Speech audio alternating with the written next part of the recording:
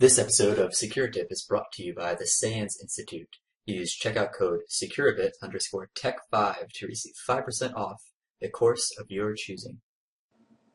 Welcome to SecureTip episode 4. In this episode of SecureTip, we're going to talk about a new tool I created called TechCollect, which will do some file and URL scraping to pull out useful data. Alright, so let's get into it. So as I stated earlier, today we're going to take a look at a tool called TechCollect, which is a tool I wrote. I've been writing it for about a month on and off, just adding to it and stuff. But basically this is a tool that's going to scrape web URLs or files that you have on a system and look for particular file types or data types and then let you know about those data types. So where you can get this tool is over at techdefense.com and in the TechCollect tab. So pretty easy to find there. And to install it or download it, you can just do git clone if you have git installed on your distro. If not, you can just go directly to the GitHub page and pull it down directly from there. And then if you want to be able to have it all green like this and be able to // it, you'll need to do the change mod +x on techcollect.py in order to do the // Otherwise, you'll have to run it by typing Python and then the file name. Okay, and I'll go over usage and stuff. But basically, what I created this tool for was in the beginning was just to collect hashes, which I think I talked about in one of these SecureBit articles I wrote right here, right? So basically there's services that'll release a whole bunch of hashes, or you can just go to Pastebin and find a whole bunch yourself. And if you wanted to be able to pull down these hashes pretty quickly without pulling down all this other information that you may not want to have on your machine for legal reasons or whatever it may be, I created TechCollect to just pull out specifically what I wanted from a URL. So I'd give it a URL and tell it the type of data I wanted, and it would pull it out. And basically all it's doing is regexing for a particular data type and then spitting those out, the unique entries of that out. So I cut out any of the duplicates. So that's the reason why I created it. Or why I created it, but as I was creating it, I realized this could be a great tool for pulling out whatever I needed to. You know, is there a file that has a whole bunch of URLs mixed in it, or a whole bunch of domains, or a whole bunch of IP addresses mixed in with a whole bunch of different other data that you want to be able to pull out? Well, this is the type of tool that you can use to pull that out. So to give you an example here, let's go ahead and just maximize this. If we do, well, before I do that, let's just show you a file. So I have a file that I've just curled a whole bunch of websites, ran a bunch of commands, and piped it all into this file. And you can see it's a big file with a whole lot of data. Okay, so say we have a file like that with a whole bunch of data, and we want to be able to pull out the information. Well, first, I want to know what kind of information there is in there. So we're going to do a /techcollect, and sorry, actually, I should show you the help so you know what the options are. So TechH to get the help, and you'll see we could choose a URL, we could choose a file, we could output our results if we wanted to. We could put in our own custom regex if we wanted to, and I'll show you that. And I'll show you the type and summary next.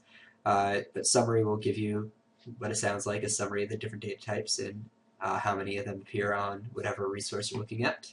And type will allow you to call out a specific type, such as MD5s or whatever. So TechCollect, and in this case we're going to do a TACF for file. We're going to give it a file, which is mix file, which is in the same directory for me, but it could live wherever, just have to point to it. And I'm going to do a TACS for summary.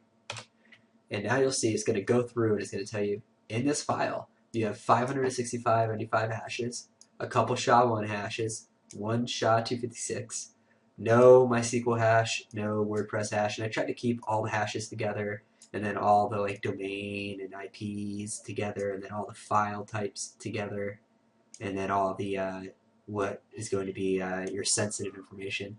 I'll be adding that here at the end.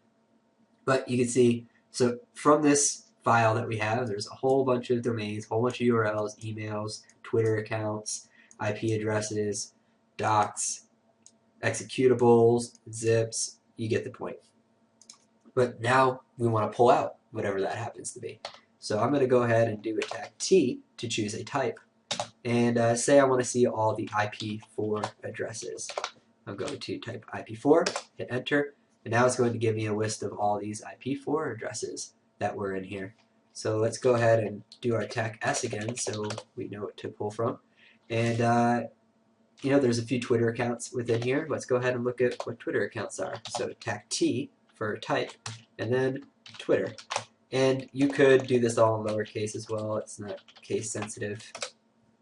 And it's going to pull out everything that looks like a Twitter address based on what we pulled.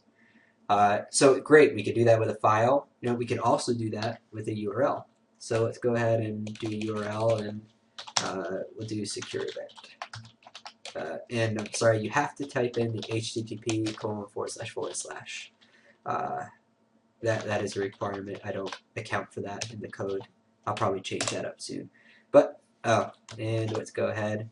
And you can see, hey, I didn't give it a data type or a summary, so it's going to tell me, hey, these are your current data type, or the available data types, so go ahead and put one of those in. But right now I want to see a summary. So securebit.com, what kind of data do you have? And we can see we have a bunch of MD5s, and you may be asking yourself, why do we have a bunch of MD5s on securebit? And it's actually right here. Right? These are all MD5s from me demoing running Automator previously. Right? So that's how that's working there. And this works great for, say, all right, hey, we want to take those 37 MD5s, so it's MD5, and it's going to pull those out for me. Let's go ahead and pipe that out to a file. And we'll call it md5.out. And I should do an actual 5 there. Okay, so now it's printing the results to md5.out. If I do an ls now, you'll see we have a new file called md5.out. If we cat md5.out, you'll notice that we now have a whole bunch of hashes here. And now we could do Automator against it, right? So now we can give Automator a file, md5.out, and let it run. And it's going to say, hey, this is a hash. Let's go ahead and check this hash against these resources, and it's going to do its thing, right? So we showed you Automator before, but I'm just trying to display here that one of the benefits of this tool is now you can get the data you want in the format you want it in to be able to pipe into other tools as you see fit. And hopefully we'll actually find one of these hashes in something. Doesn't look like it. I'm going to go ahead and cancel. I don't want to waste too much of your time here. All right, so that's great, right? So let's do a couple more examples. I showed you with file. Let's go ahead and show you how it works with non-traditional files. So, for instance, a PCAP has a ton of ASCII in it, usually, depending on the type of data that was transferring over. So while I can't read everything in a PCAP, I can read the ASCII portions of a PCAP. So if I do attack F again for file, and I have some PCAPs here from the Contagio dump that he put out, or he or she, I'm not sure, but PCAPs, and I believe it is bin_0 access. Yeah, let's go with that one. So here we can see with attack S the type of data within within the 0 access file. So hey, there's a bunch of MD5s, there's some URLs, there's some docs. So let's check out the docs that are involved here. And you can see, hey, these are some document names that were in there. Let's see, images. Okay, so here's some images involved, and it looks like probably an HTTP connection that we were able to see there. Now, to articulate further, yes, while I'm pulling some information out of a PCAP, I'm not going to get it all and to display that. Here's the same PCAP in Network Miner. And actually, let's go back here and do a summary again so we can understand the amount that we're dealing with. So if you look here, you can see host 339. So there's 339 different IP addresses according to Network Miner, right? How many do we see over here for IP4 addresses? 9, right? Because we're only seeing the ASCII regions of a PCAP. So if we want to get more than that, that's something I'm working on now, is how to get the data better out of a PCAP. So if you choose a PCAP, it'll be able to pull it out accordingly. Same thing with files, right? We see a certain number of files. Where are the files? Well, throughout here, because files could be docs or exes or zips, whatever. We have 79 here. We obviously don't have that many here. Okay, to show one more, or a couple more real quick, let's go ahead and choose Malware Must Die. All right. So everyone is a fan of the Malware Must Die blog, so let's go ahead and see what kind of data they have available. So I've been showing you with files so far, but we can also do the same thing with a URL using the TAC-U option. So say we have a URL like this, and we want to be able to see the type of data there. All right, we have lots of MD5s. We've got SHA-1s, SHA-256, domains, Twitter accounts, so on and so forth. So let's go ahead and let's check out the EXEs there. So type T. So same thing, right? We're choosing a type. Great. Now, one thing we'll notice here is URLs, there's 9. And if we go back to the website, they have a whole bunch of URLs here.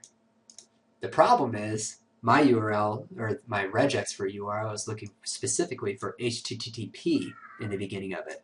Well, these don't start with HTTP, so I'm not pulling these out. But say you wanted to be able to pull all the URLs out of here, even though he has it in a format that's not consistent with what I've decided is a URL. You can use a TAC-R to put in your own custom regex. So they have to be surrounded by single or double quotes. So I put single quotes here. And let's just go ahead and do, we know it starts with H00P. And this is not a regex class, so I'm not going to explain too much about what's going on here.